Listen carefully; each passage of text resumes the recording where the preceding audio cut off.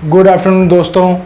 और जैसा कि हमारा टॉपिक ख़त्म हो गया था, नल और टंकी ख़त्म हो गया था, और सबसे पहले मैं आपका स्वागत करता हूं अपने यूट्यूब चैनल पे पढ़ाई-लिखाई.com पे। जैसा कि आप देख रहे होंगे कि अब हमने अपनी कोचिंग की टी शर्ट भी लॉन्च कर दी है, टी शर्ट भी कर ली है ताकि और ज़्यादा सा प्रोफेशनल लगे।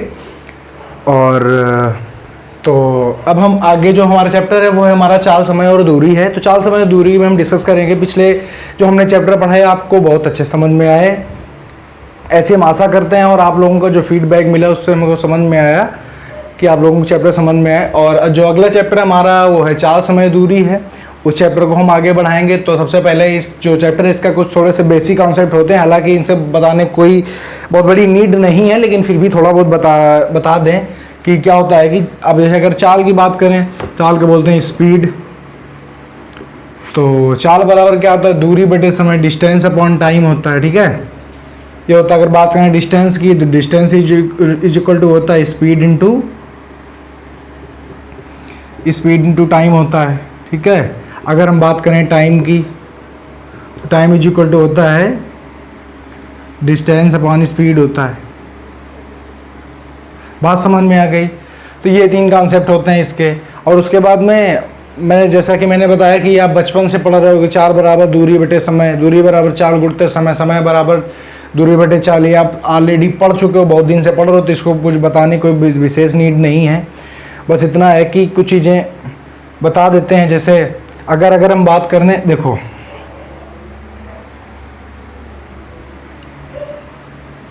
अगर हम बात करें पहले वाले कि अगर मैंने लिखा कि स्पीड इज इक्वल टू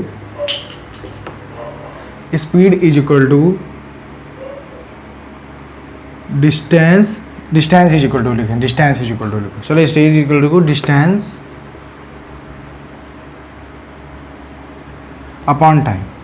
ठीक है, अगर मान लो मैंने अगर इसको शॉर्ट में S is equal to D upon T हुआ। ओके, बाय द वे अगर मान लो कि मैंने डिस्टेंस को कर दिया, क्या कर दिया, मैंने टाइम को कर दिया कांस्टेंट कर दिया, नियत कर दिया कि मतलब टाइम नहीं बदलेगा। जैसे क्वेश्चन कैसे आएगा, क्वेश्चन कहता है कि एक लड़का ए से बी की दूरी 4 किलोमीटर प्रति घंटे की रफ्तार थी इतने समय में, मतलब एक ही समय में ए से 20 की दूरी इतनी देर में जाता है, 20 से 20 की दूरी इतनी देर में जाता है। तो हमें अब मान लो बाय द वे अगर मान लो कभी आपको स्पीड दी हुई है दोनों की, अगर आपसे डिस्टेंस पूछा है तो जरा यहाँ पे दिमाग लगाना। अगर मान लो मैंने टी को कर दिया कांस्टेंट का मतलब आप समझ रहे हैं ना, स्थिर कर दिया। स्थिर करने का मतलब भाई ये चेंज नहीं होगा, ये चेंज सेम समय में रहेगा। तो जब टी बताओ कांस्टेंट हो जाएगा, तो अगर हम 1 मिनट मान लो एक लड़का कुछ दूरी गया, फिर कुछ दूरी फिर गया, मान लो उसमें टाइम उसने सेम लिया।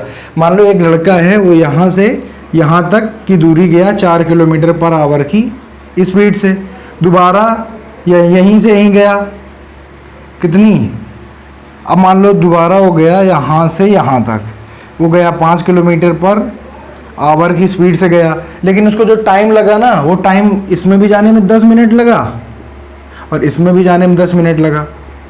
तो यहाँ से मेरा कहने का मतलब ये है कि अगर टाइम कैसा हो, टाइम एक जैसा हो, इसी को बोलते हैं टाइम कैसा हो, कांस्टेंट हो, तब क्या होगा, तो हमारा क्या होगा, टाइम कांस्टेंट होगा। तो इसकी अगर स्पीड निकालना, मान लो इसकी स्पीड है s1, इसकी है s2, इसमें टाइम दोनों में एक जैसा लगता है, टी लगता है।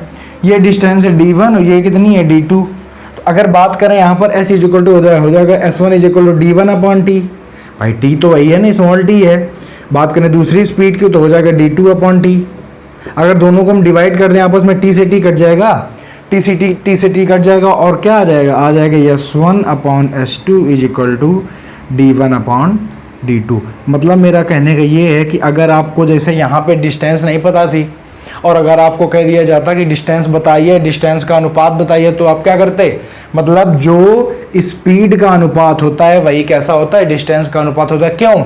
क्योंकि इस सूत्र से ये पता चलता है कि s directly proportional to d। मतलब जो स्पीड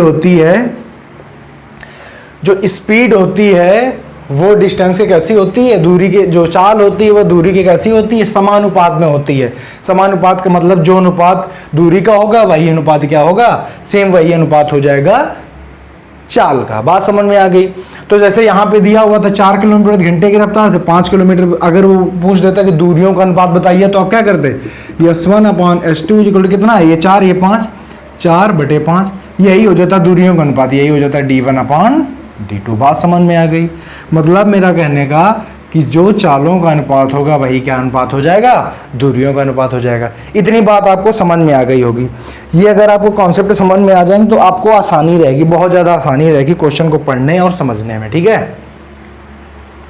तो ये चीज़ समझ में आ गई कि जो स्पीड होती है अनुक्रमानुपाती होती है डिस्टेंस के, तो जो अनुपात डिस्टेंस का होता है वही अनुपात दूरियों का होता है। S1/S2 D1/D2। अगर आपको दूरियां दी गई हैं दोनों की और अगर चालें निकालनी है तो आप सीधे इसका अनुपात करके निकाल सकते हैं, और आपको चालें दी गई और दूरियों का अनुपात निकालना है तो आप सीधे सीधे उसको निकाल सकते हैं। बात समझ में आई। चलो अब अगला देखो। तो आपको एक चीज पता चल गई, क्या पता चल गई, नोट करते जाइएगा। जो भी कॉन्सेप्ट बताएंगे सारे ट्रिक बेस पे कॉन्सेप्ट बताएंगे। तो पहला जो हमने आपको बताया कि जो चालों का अनुपात होता है वो दूरियों का अनुपात कैसा होता है, समानुपाती होता है। हमने आपको पहले नंबर पर यह चीज़ बताई। फिर से अगर हम गौर करें कि F होता है D/T होता है। अब की मैंने कहा कि अब की जो डिस्टेंस है, अब की जो D है वो कैसी कर दिया जाए, कांस्टेंट कर दिया जाए।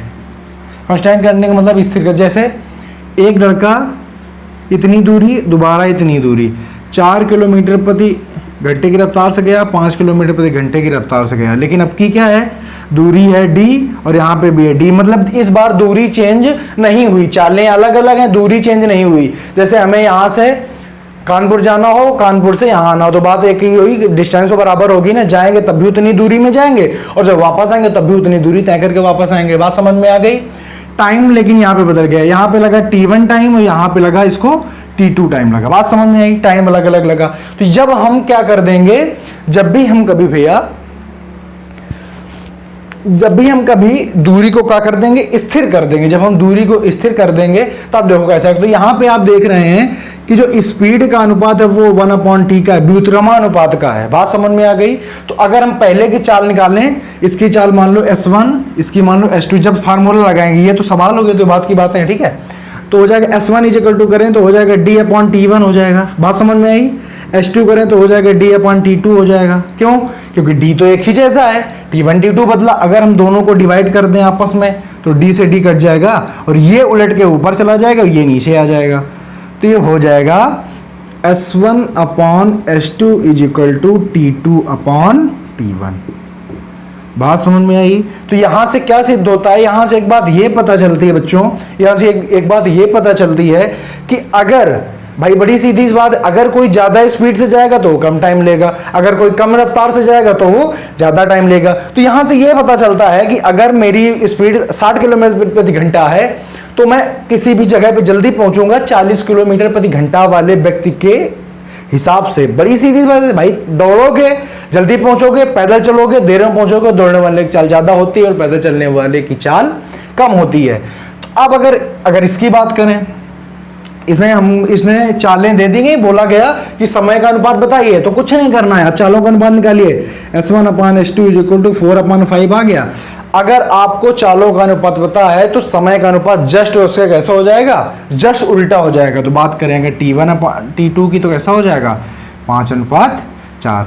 तो जब भी कभी आपको चालों का अनुपात मिल जाए, अगर समय का अनुपात मिल जाएगा तो चालों का अनुपात उल्टा होगा, अगर चालों का अनुपात मिल जाएगा तो समय का अनुपात उल्टा होगा। बड़ा सा प्यारा सा कॉन्सेप्ट है।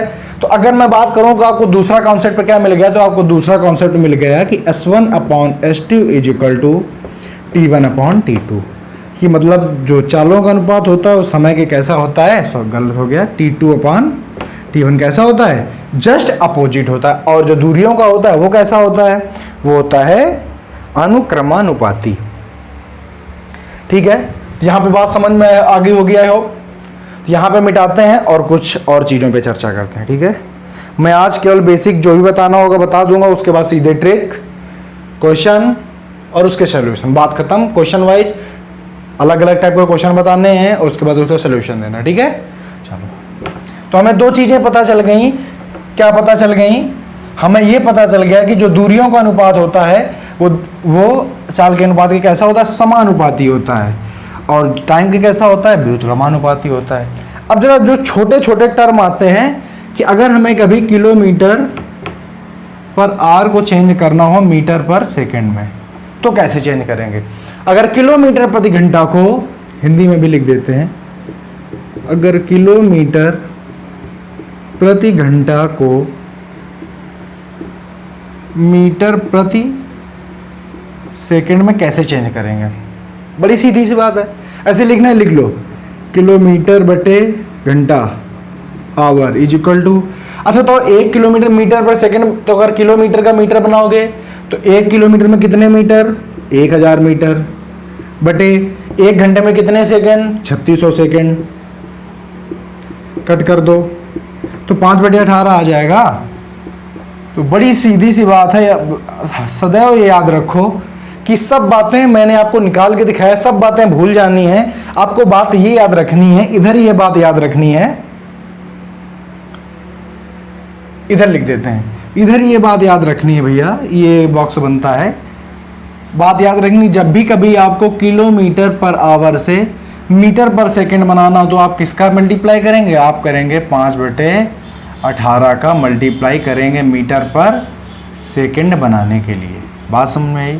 किलोमीटर पर आवर से मीटर पर सेकंड बनाने के लिए आप सदैव और सदैव 5/18 का क्या करेंगे? गुणा करेंगे। ठीक है।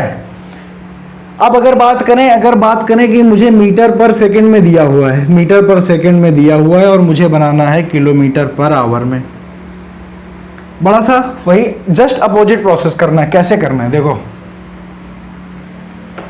यहीं पे लिखते हैं, बोर्ड छोटा होने की वजह से हम नीचे ज़्यादा इसका एक्सपेंशन नहीं कर सकते हैं, वरना दिखाई नहीं देगा। ठीक है, देखो मीटर पर सेकंड से हमको किलोमीटर पर आवर में चेंज करना है। मीटर पर सेकंड लिख लेते हैं। अच्छा तो अगर मीटर पर सेकंड, अगर आप मीटर से किलोमीटर बनाओगे तो 10⁻³ होता है भाई। 1 metre is equal to 10⁻³ kilometre होता है। तो इसका मतलब यही तो होता है कि 1/1000 किलोमीटर। बात समझ में आई? 1 metre is equal to 1/1000 kilometre होता है या नहीं होता है? 10⁻³ होता है। अगर 10⁻³ को अगर हम बटे में ले जाएंगे तो 10⁻+3 हो जाएगा। 10⁻+3 को क्या लिखते हैं? 1000 लिखते हैं। Very good. चलो अब अगर सेकंड से घंटे बनाओगे, अभी मैंने कहा 1 घंटे इज इक्वल टू 3600 सेकंड। अगर मैं कह दूं 1 सेकंड इज इक्वल टू, आप ये नहीं कह सकते 1/3600 ऐसा कह सकते हो या नहीं कह सकते हो? बात बताओ। जस्ट अपोजिट भाई, अगर 1 घंटे इज इक्वल टू, देखो 1 hour is equal to 3600 second. अब अगर आपको सेकंड से आर बनाने हो तो क्या करोगे? 1/3600 hour is equal to second. बात बताओ, बात सही है या नहीं सही है? बात सही है या नहीं सही है? बिल्कुल सही है। रख दो आके 1/3600 कर दो, घंटे हो गया।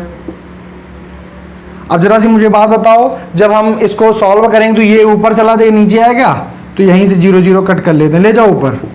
तो 36/10 किलोमीटर पर आर काट दो, तो 18/5 किलोमीटर पर आर। तो मीटर पर सेकंड से किलोमीटर पर घंटा बनाने के लिए, तो यहां पे लिखता हूं मीटर पर सेकंड से किलोमीटर पर घंटा बनाने के लिए 18/5 से क्या करना पड़ता है? मल्टीप्लाई करना पड़ता है। तो अब देखो यहां से अगर आप दिमाग लगाना चाहें तो लगा सकते हैं। जब भी कभी बड़े से छोटा बनाना हो तो ऊपर छोटा रखो, नीचे बड़ा रखो। जब भी कभी छोटे से बड़ा बनाना हो तो छोटे से मल्टीप्लाई करो। भाई 5/18 है, अगर आप 18 का डिवाइड 5 से करेंगे तो दशमलव में आएगा कुछ। ओके, क्लियर है?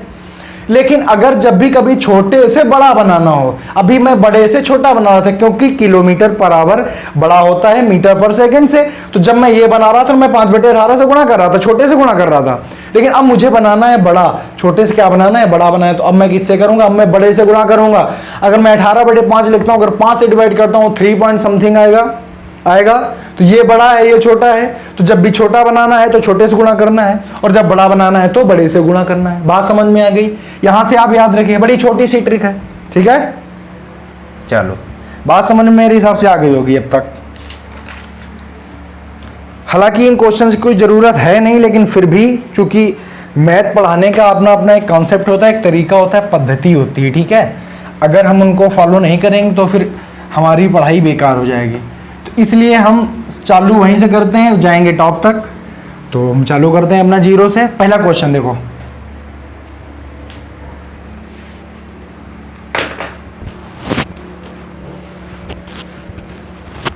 पहला क्वेश्चन कराते हैं। पहला क्वेश्चन कुछ इस प्रकार से है, एक साइकिल सवार 120 किलोमीटर की दूरी, डिस्टेंस कितनी दी है? डिस्टेंस दी है 120 किलोमीटर। 120 किलोमीटर की दूरी 3 घंटे, टाइम कितना दिया गया है? टाइम दिया गया है 3 घंटे और 20 मिनट। बात समझ में आ गई? लड़के कहने लगे कुछ हिंदी में लिख रहे हो आप, कुछ इंग्लिश में लिख रहे हो, तो सब कुछ इंग्लिश में है। अब इतनी चीजें समझ में आती है, KM ये सब, TDS ये सब समझ में आती है, इनको हिंदी में लिखने को विशेष जरूरत नहीं, बार बार दूरी, चाल, समय ये सब लिखा जाए तो ये इंपॉर्टेंट नहीं है। बस इंपॉर्टेंट इतना है कि हमें सवाल आना चाहिए। अब देखो यहाँ पे हमारा क्या है? किलोमीटर में। बस थोड़ी सी यहाँ पे यही देखना होता है, यूनिट है बस आप केवल देखो। अगर आप यूनिट नहीं देखोगे तो फिर दिक्कत हो जाएगी। तो बस किलोमीटर में ये किलोमीटर प्रति घंटा बनता है, किलोमीटर प्रति मिनट का तो कोई कॉम्बिनेशन होता नहीं, ना कि किलोमीटर पर सेकंड का कोई कॉम्बिनेशन होता है। करना क्या है?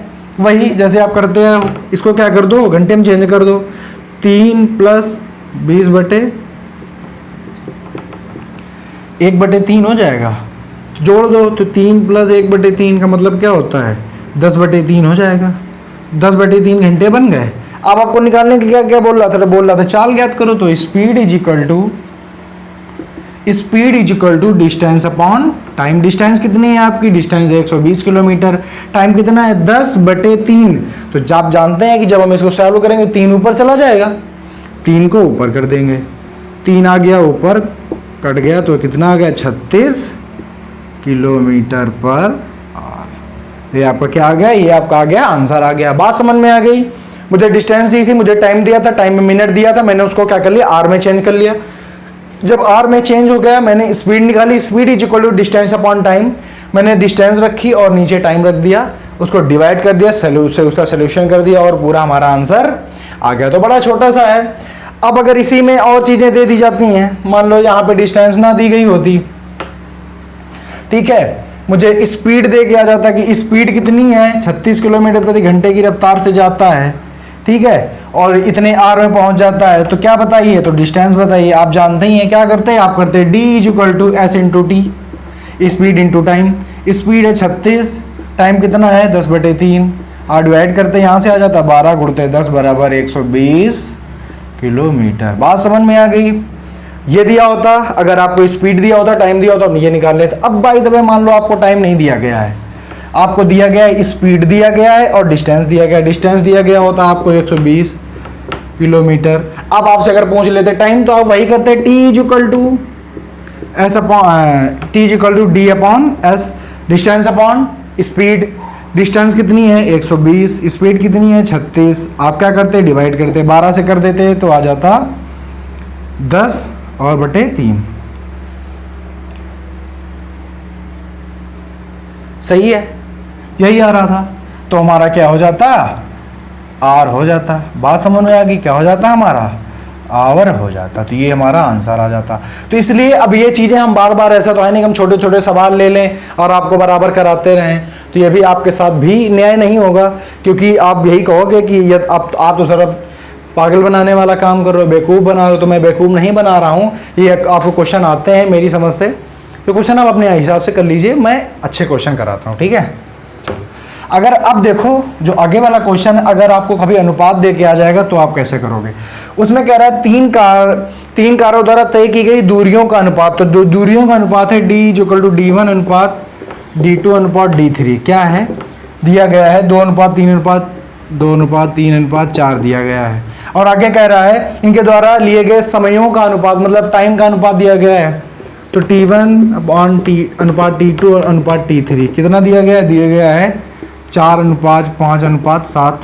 तो कह रहा है कि इनकी चालों का अनुपात ज्ञात कीजिए। कुछ नहीं करना, स्पीड S1 अनुपात S2 अनुपात S3 क्या होता है? डिस्टेंस अपॉन टाइम होता है। करो, डिस्टेंस है 2, टाइम कितना है? 4, डिस्टेंस है 3, टाइम कितना है? 5, डिस्टेंस है 4। अब देखो, अब बस यहाँ पे थोड़ा सा दिमाग लगाना, इसको ऐसे नहीं छोड़ देना, क्योंकि कुछ कटेगा ही नहीं।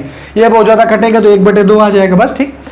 लेकिन हमें ऐसे तो लिखना नहीं है, क्योंकि ऐसे अभी आपको आंसर में तो आप करेंगे कि अब देखो आप क्या करेंगे, आप ये जो नीचे वाले जितने संख्या है आप इनका क्या लो, लासा ले लो।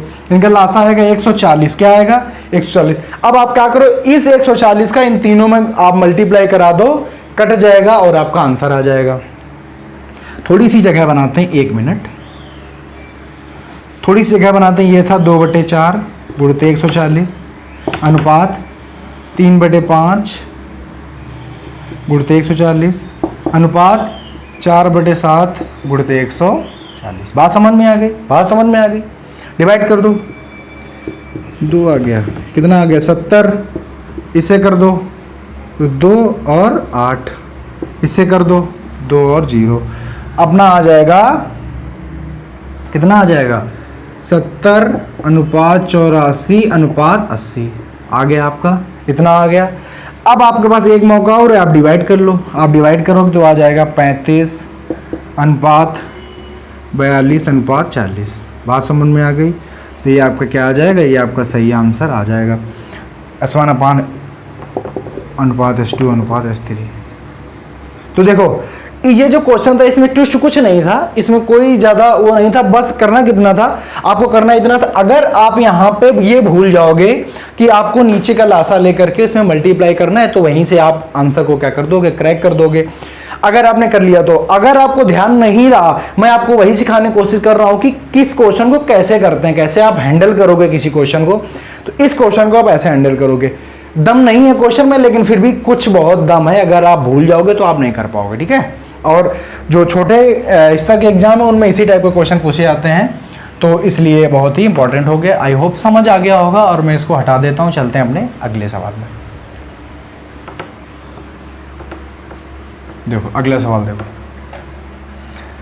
अगला सवाल कह रहा है, देखना सवाल वही है, बस थोड़ा सा चेंज है इसमें। कई बार क्या होता है, बच्चे थोड़ा सा दिमाग नहीं लगा पाते हैं, थोड़ा सा वो हो जाते हैं तो नहीं कर पाते हैं। देखना, एक कार द्वारा 15 किलोमीटर प्रति घंटे की रफ्तार से, तो दिया गया है स्पीड 15 किलोमीटर पर घंटे की रफ्तार से 245 किलोमीटर की दूरी का डिस्टेंस दी गई है 245 किलोमीटर, लेकिन उसमें कह रहा है कि 245 किलोमीटर की दूरी का 3/5 भाग तय करने में कितना समय लेगा। अब कोई इसको इशू बना देगा, इशू बनाना ही नहीं है यार। हमारी डिस्टेंस कितनी है, डिस्टेंस 245 है, इसका 3/5 भाग तय करना है। तो पहले से इसका 3/5 ना कर लो, करो, कितना आएगा 4 9 × 3 3 9 27 और 3 जो को 12 और 2 14 147 किलोमीटर आ गया। अब देखो, अब हमारी जो ओरिजिनल डिस्टेंस आ गई कितनी आ गई, वो आ गई 147।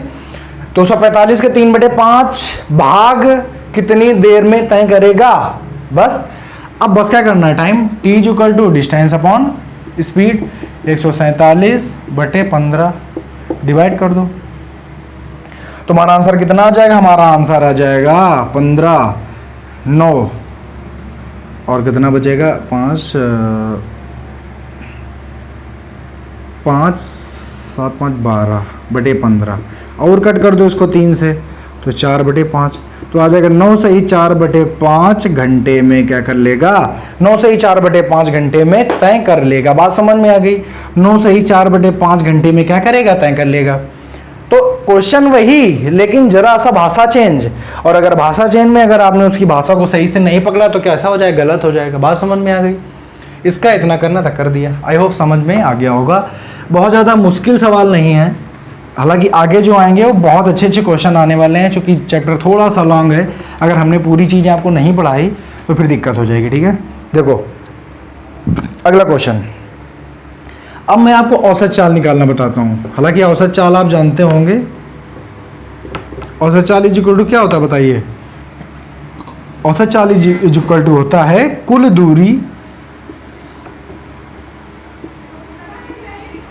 दूरी बटे कुल समय। ऐसे भी लिख सकते हैं d1 + d2 + d3 जितने भी हों, t1 + t2 + t3। बात समझ में आ गई। दोनों प्रकार से कैसे भी लिख सकते हैं, लेकिन जरा सा एक यहाँ पे थोड़ा सा ट्विस्ट है।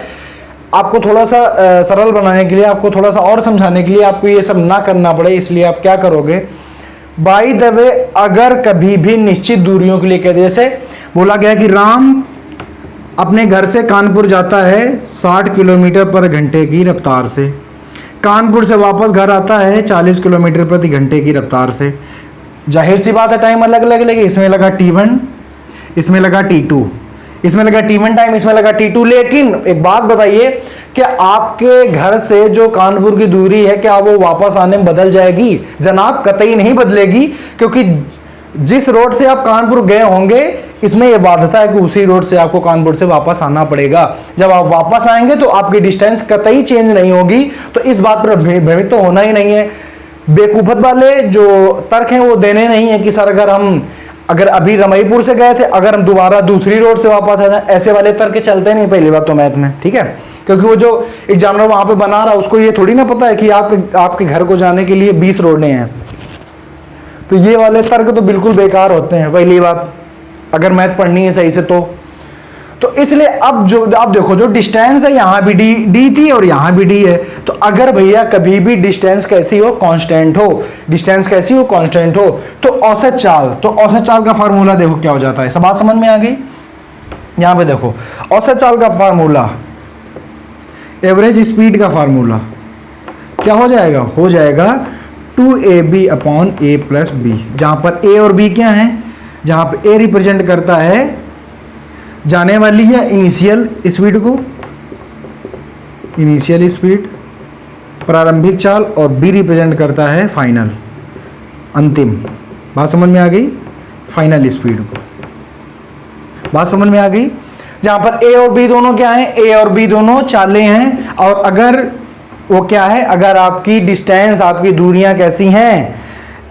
स्थायी हैं, निर्धारित हैं, उससे ज़्यादा आपको नहीं चलना है, तो आपको ये वाले फार्मूले का यूज करना है। लेकिन याद रखिए मैंने एक बड़ा अच्छा सा सेंटेंस बोला है उसके लिए कि दूरियां कैसी होनी चाहिए? कांस्टेंट होनी चाहिए। मैं यहाँ पे इस चीज़ को मेंशन करता हूँ, इफ डिस्टेंस इज कांस्टेंट, अगर डिस्टेंस कांस्टेंट है तो एवरेज स्पीड का जो फार्मूला होगा वो हो जाएगा 2ab upon a plus B. बहुत ही अच्छा फार्मूला, नोट कर लीजिए, ठीक है। हालांकि जो ज़्यादा पढ़ने लिखने वाले उनको ये आता भी होगा, नहीं आता है तो सीख लीजिए। इसी के बेस पे एक सवाल कराते हैं बहुत जल्दी। एक साइकिल सवार, देखो एक व्यक्ति 40 किलोमीटर घंटे की रफ्तार से P से Q जाता है। जो इनिशियल स्पीड है इसको S1 लिख सकते हैं, A भी लिख सकते हैं।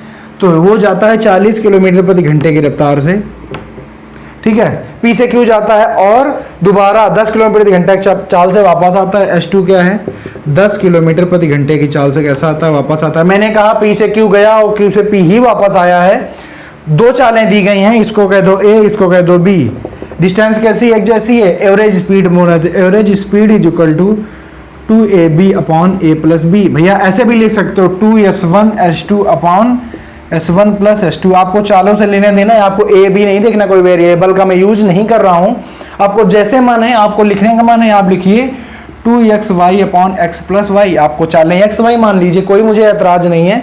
और बस लगा दीजिए 40 इंटू 10, 2 इंटू 40 इंटू 10 और 40 प्लस 10 तो ऊपर कितना है? 400, 4 दुनिया 800 और बटे 50 कट कर दो, 16 किलोमीटर पर आवर। ये देखो आपकी क्या आ गई? ये आपकी एवरेज स्पीड आ गई। ये आपकी क्या आ गई? ये आपकी एवरेज स्पीड आ गई।